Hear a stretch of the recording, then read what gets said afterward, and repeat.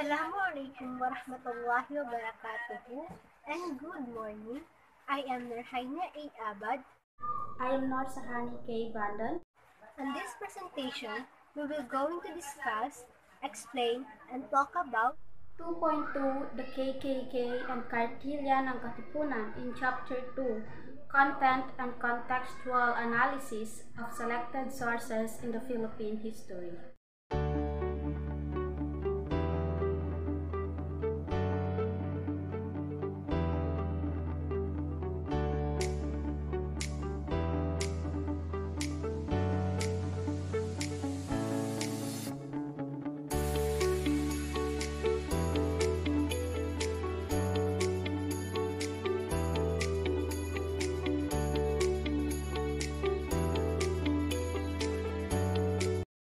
So before we start, let me show you the objectives of this study.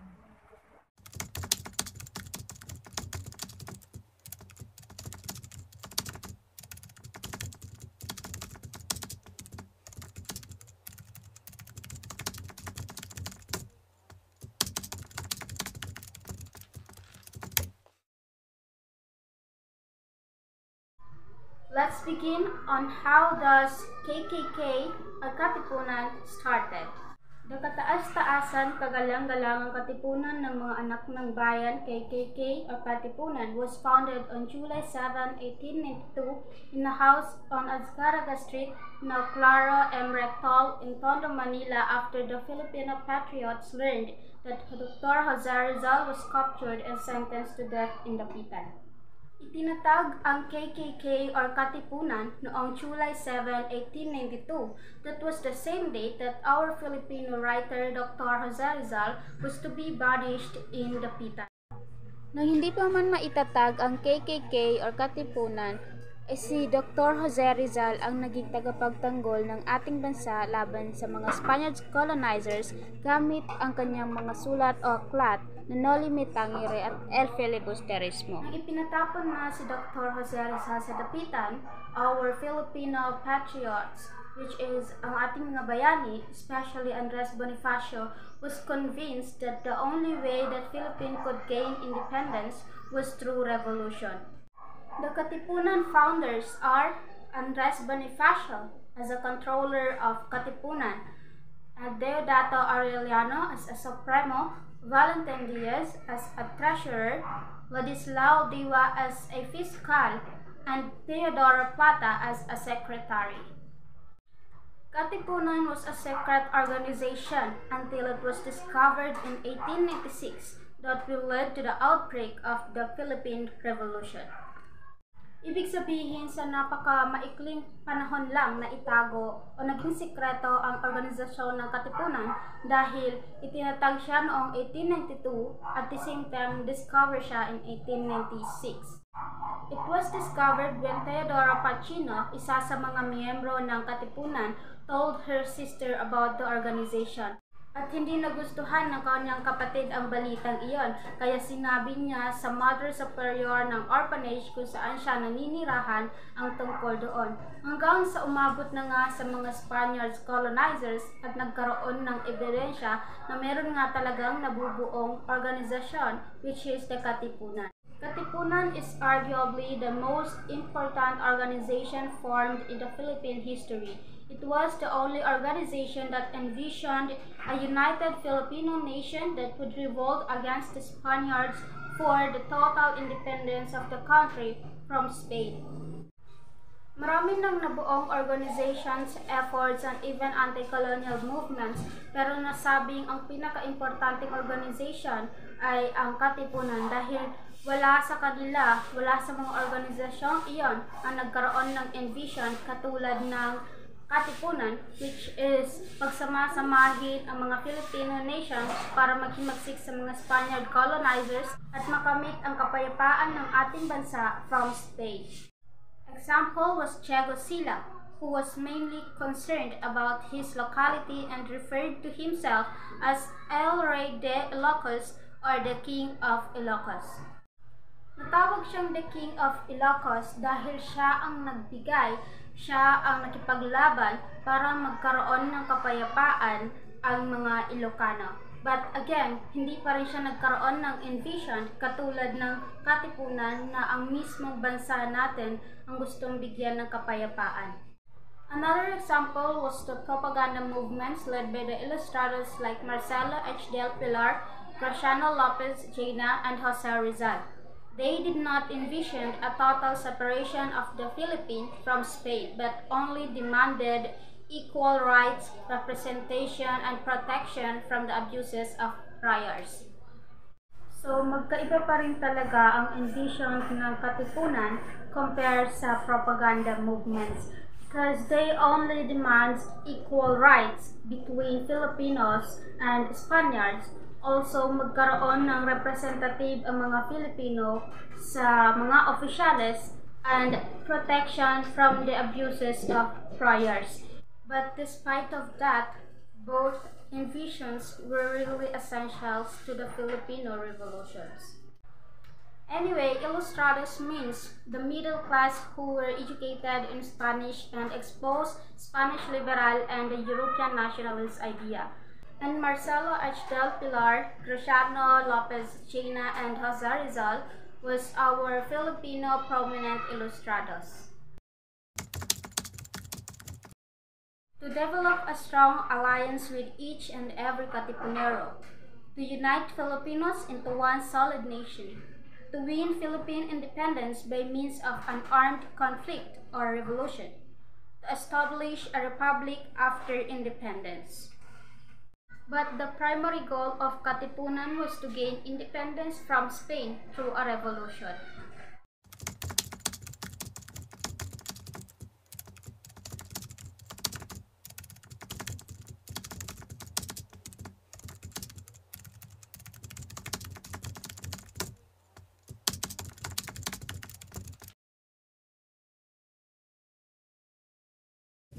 One of the most important Katipunan documents was the Kartilyon ng Katipunan.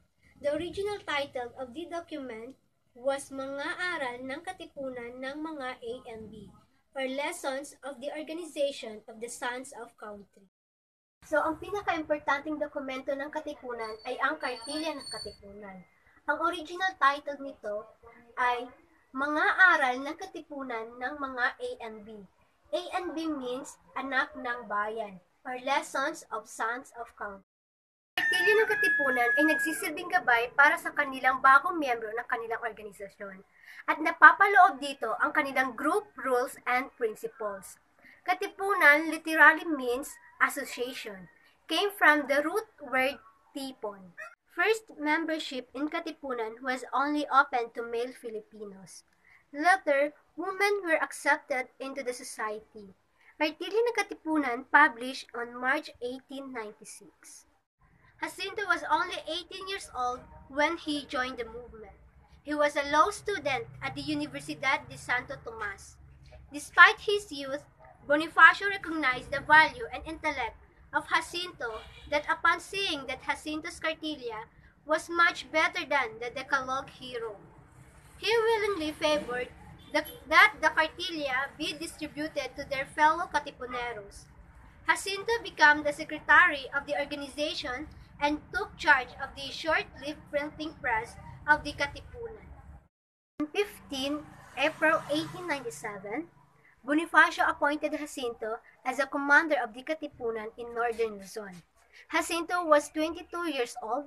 He died of malaria at the young age of 24 in the town of Magdalena.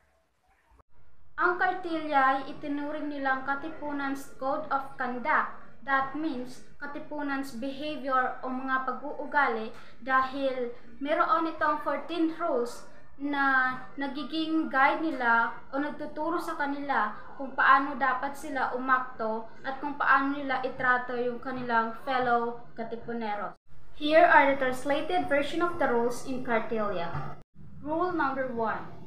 The life that is not consecrated to a lofty and reasonable purpose is a tree without a shade, if not a poisonous weed. Ibig sabihin, ang buhay na hindi inilaan sa marangal at makatuwirang layunin ay inihahalin tulad sa puno walang lilim o kung hindi naman ay makamandag na damo.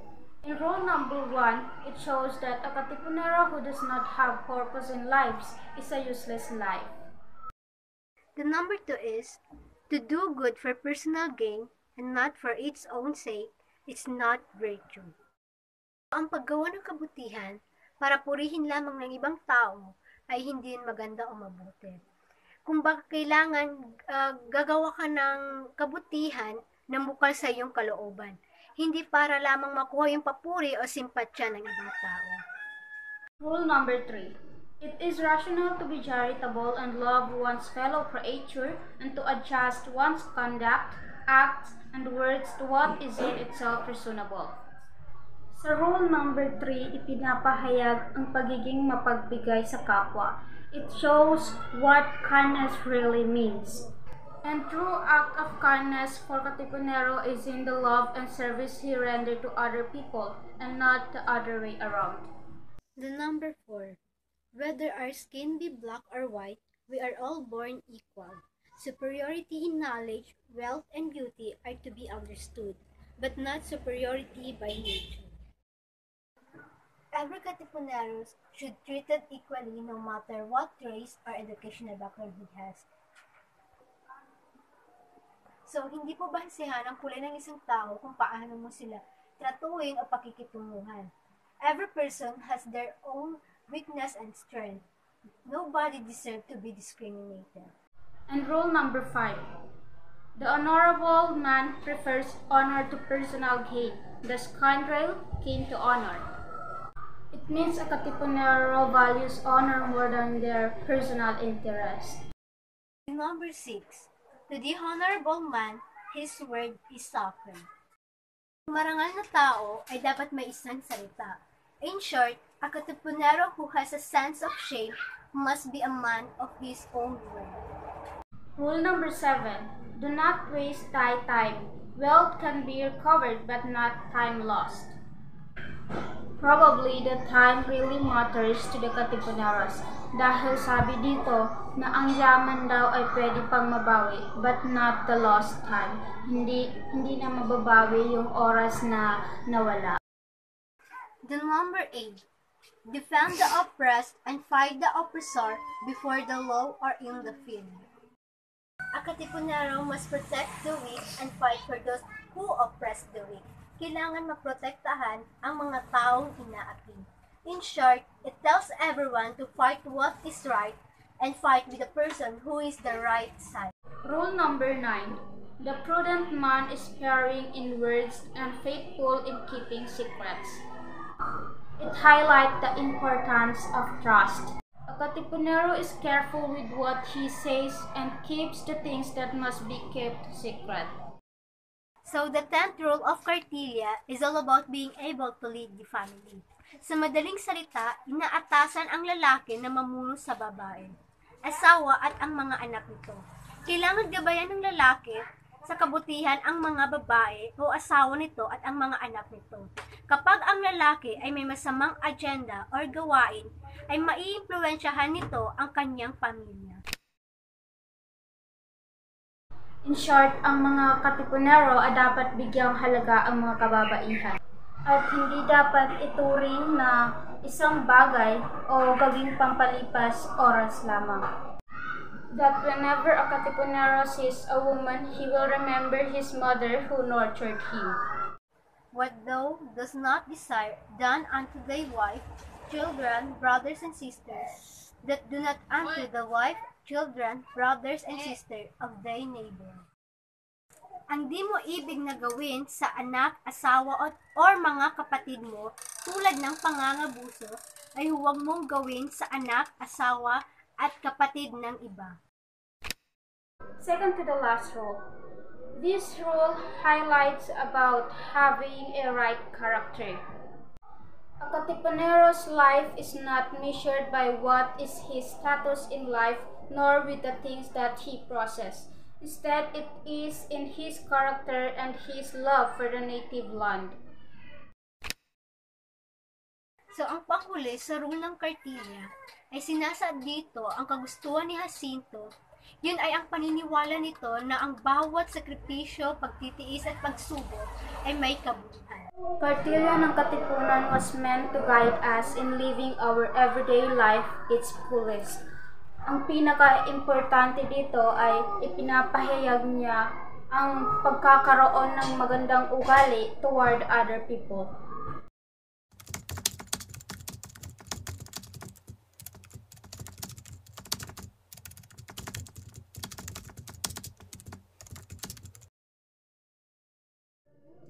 So, tapos na tayo sa rules or principles of Kartilya. So now, let's proceed on the analysis of the Kartilya ng Katipunan. Ipapaliwanag natin ang nilalaman at mga probisyon ng kartilya bilang isang reaksyon at tugon sa ilang mga sistema nito. For example, the 4th and the 13th rules in the kartilya are an invocation of the inherent equality between and among men regardless of race, occupation, or status. Ang pang-apat at ika-13 ng mga patakaran sa kartilya ay isang pag-uusap ng likas ng pagkakapantay-pantay sa pagitan ng mga kalalakihan, anuman ang iyong lahi, trabaho o katayuan. Sa konteksto, sa panahon ng kolonya ng Espanya, kung saan ang mga Indio ay itinuturing na mas mababa sa puting Europeans, tinitiyak ng Katipunan na ang kautusan na nais nilang ipahayag sa pamamagitan ng kanilang revolusyon ay kinakailangang sirain ang ganitong uri na hindi makatarungang sistema.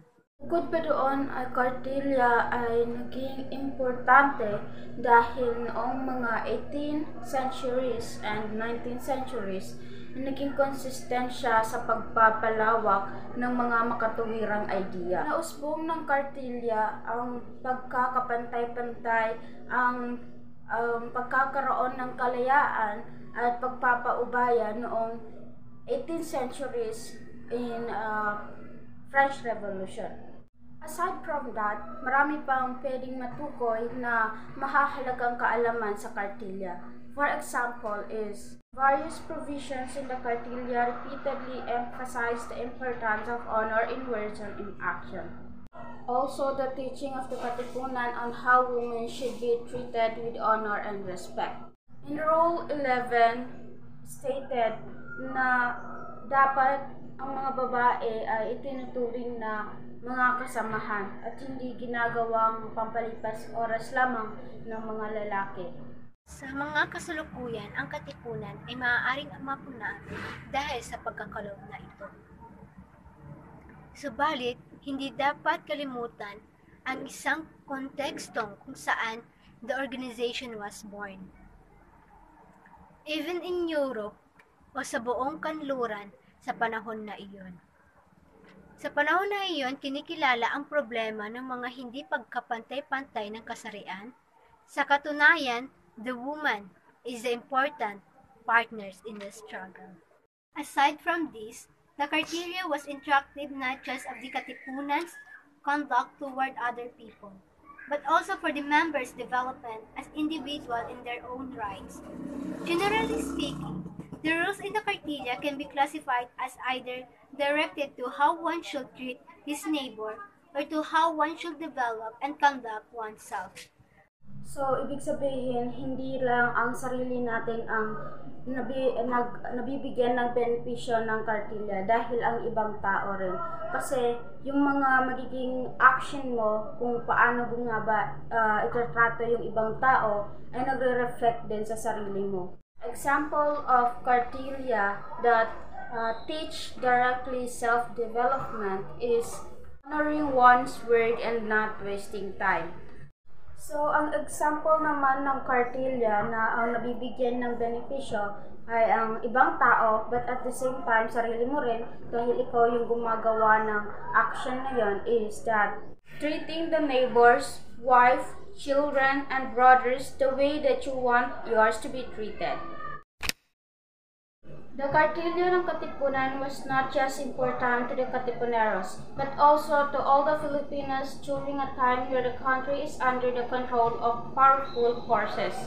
The rules and duties made by Emilio Jacinto made Filipinos realize that the only way to save the country and be a better Filipino is to be disciplined and follow what is given to them. So, napakahalaga para sa atin, ang modern Filipino, na sundin ang footsteps ng ating mga ancestor in order to become a disciplined citizen. So that was it. We're hoping na may natutunan kayo throughout this video presentation. Kung may nasabi man kami o naipaliwanag na hindi tugma sa inyong opinion, we are asking for your for consideration. Because we are still a student like you who need to learn, furthermore, need the guidance of our teacher. Hence, we would like to end this video By expecting and hoping that you guys will learn something essential from this video. That's it. Thank you. Assalamualaikum warahmatullahi wabarakatuh. I am Nurhaina A. Abad. And I am Marsahani K. Bandan.